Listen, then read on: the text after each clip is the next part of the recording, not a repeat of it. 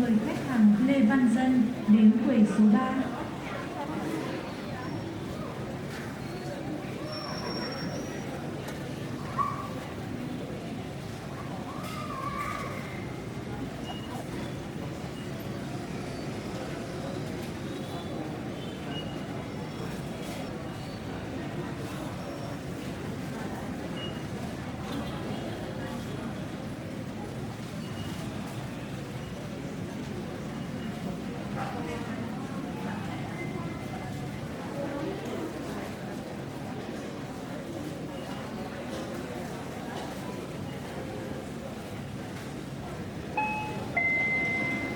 Mời khách hàng Võ Thị Thủy đến quầy số 7.